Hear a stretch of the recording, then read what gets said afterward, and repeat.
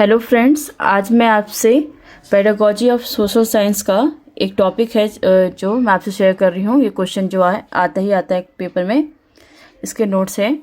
तो पहला है आपका शैक्षिक एवं अनुदेशात्मक या व्यवहारात्मक उद्देश्यों का वर्गीकरण। ऐसा ही क्वेश्चन में आएगा। ठीक है, ब्लूम के द्वारा दिए गए व्यवहारात्मक उद्देश्यों के वर्गीकरण की व्याख्या कीजिए।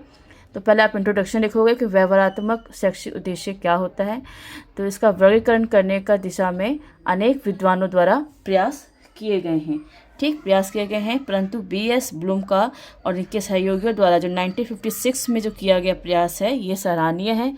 और जिसने अपनी रचना शैक्षिक उद्देश्यों का वर्गीकरण टैक्सोनॉमी ऑफ एजुकेशनल ऑब्जेक्टिव में इसका वर्णन किया है। तो इन्होंने क्या है कि व्यवहार के 3 पक्ष होते हैं। ज्ञानात्मक पक्ष यानी कि नोइंग डोमेन, दूसरा है भावनात्मक पक्ष यानी कि अफेक्टिव या फीलिंग डोमेन, क्रियात्मक साइकोमोटर डूइंग डोमेन। ठीक है, तो इन्हीं व्यवहार के आधार पर इसी पे व्यवहारिक उद्देश्य भी हैं। तो इन्हीं तीनों पक्षों के आधार पर व्यवहारात्मक और शैक्षिक उद्देश्यों का वर्णन भी निम्न प्रकार से किया गया है। जैसे कि ज्ञानात्मक उद्देश्य कॉन्जेनिटिव ऑब्जेक्टिव, भावनात्मक उद्देश्य अफेक्टिव ऑब्जेक्टिव, क्रियात्मक उद्देश्य साइकोमोटर ऑब्जेक्टिव। ठीक है, तो पहला हम करेंगे ज्ञानात्मक उद्देश्य क्या है। ज्ञानात्मक पक्ष के व्यवहारात्मक उद्देश्यों का वर्गीकरण।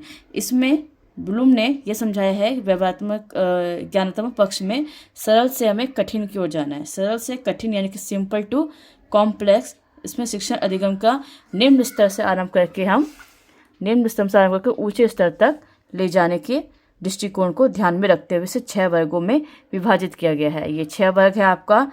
पहला है ज्ञान, ये सबसे निम्न स्तर का होता है। ठीक, इसमें पहले विशिष्टताओं का ज्ञान, फिर पद को ज्ञान, ठीक है, वह जो भी टर्म्स आएंगे उसमें वो, फिर स्पेसिफिक तथ्यों के ज्ञान। ठीक, फिर नेक्स्ट है जब वो ज्ञान बच्चे को हो जाता है, फिर चलता है आपका बोध। ठीक है, ज्ञान के बाद दूसरा क्रम क्या है, बोध। आप ऐसे इसको एक्सप्लेन भी कर सकते हो। ठीक है, ज्ञान से जो है शब्दों का पदों का ज्ञान होता है। अब बोध, ज्ञान के बाद दूसरा क्रम आता है आपका बोध। ठीक है, बोध में आप जिसमें अनुवाद या अर्थ निकालना, ठीक, ये आ जाएगा आपका। प्रयोग हो जाएगा आपका इसमें नियम का। तीसरा क्रम क्या है, प्रयोग। इसमें क्या आता है, नियम या अधिनियम या इसका सामान्यकरण करना। छात्रों की कमजोरियों का भी इसमें प्रयोग में हम निदान किया जाता है। छात्र जो है नियम का प्रयोग करना इसमें सीखते हैं, अधिगम लेते हैं। फिर है उसका विश्लेषण। जो भी उसमें तत्व लिए गए हैं, ठीक है, उनको क्या करना है, उसको विशेषण किया जाता है, संबंध का विश्लेषण किया जाता है। फिर इन सब का क्या होता है, संश्लेषण। संश्लेषण यानी कि सिंथेसाइज, यानी कि सबको जोड़ना। ठीक है, नवीन नया इंफॉर्मेशन जो है इसमें बनाना, अमूर्त संबंधों से लेकर मूल्य तक। ठीक है, फिर लास्ट है मूल्यांकन करना। तो जितना भी आपका आंतरिक साक्ष्य है उसके आधार पर बच्चे जो है मूल्यांकन करना सीखते हैं। ठीक है, तो किसी भी शिक्षण कार्य की सफलता जब इस बात में निहारती है कि विद्यार्थी यह निर्णय ले सके कि उन्हें जो अधिगम किया है वो मूल्य की दृष्टि से उपयोगी है या नहीं। ठीक, उसके बाद आता है आपका सेकंड पक्ष क्या था, भावनात्मक पक्ष, यानी कि भावनात्मक उद्देश्य क्या है। तो भावनात्मक पक्ष के शैक्षिक और व्यवहारात्मक उद्देश्यों का वर्गीकरण। पहला आता है इसमें आग्रहण पर ध्यान देना, यानी कि रिट्रीविंग और अटेंडिंग। ठीक है, रिसीविंग और अटेंडिंग करना इसमें। ठीक, इसमें आपका आ जाएगा चेतना यानी कि अवेयरनेस। ठीक, चेतना हो गया, ग्रहण करना हो गया, नियंत्रण करना, चयन करना, इसमें आप बच्चे पे आग्रहण करने में सीखते हैं। फिर क्या आता है आपका दूसरा, अनुक्रिया यानी कि रिस्पॉन्ड करना। ठीक, आकलन करना, किसी मूल्य के जो उन्होंने ग्रहण किया है उसका आकलन करना। फिर है उसका संगठन करना, मूल्य बनाना, धारण करना, फिर उसका एक संगठन बनाना उन मूल्यों का।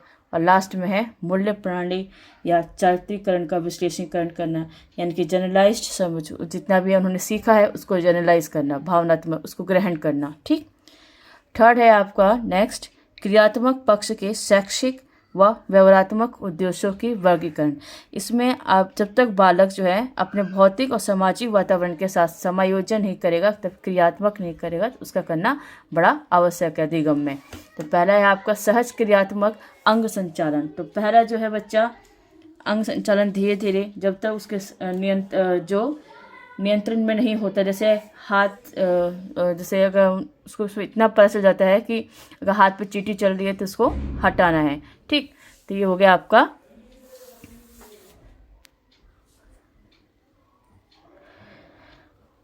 सहज क्रियात्मक अंग संचालन। फिर दूसरा है आधारभूत अंग संचालन, जैसे इसमें उछलना कूदना। ठीक है, इसमें अंग संचालन करना ये सीखता है। फिर आपका शारीरिक योग्यताएं, इसमें बच्चा जो है अपने शरीर से इस्तेमाल करता है, परिपक्वता की ओर बढ़ता है। ठीक, और फिर उसके बाद प्रत्यक्षीकरण योग्यताएं, इसमें बच्चा अपना देखकर अपनी इंद्रियों का उपयोग करता है। ठीक है, लास्ट है आपका 5th है आपका कौशल युक्त अंग संचालन। इसमें बच्चा एक कौशल सीख जाता है, इसमें पहले 1-2 क्रिया को जानबूझकर सीखा जाता है, फिर अच्छी तरह प्रैक्टिस करने के बाद वो उसका कौशल बन जाता है, जैसे तैरना या नृत्य करना। और लास्ट है आपका सांकेतिक संप्रेषण।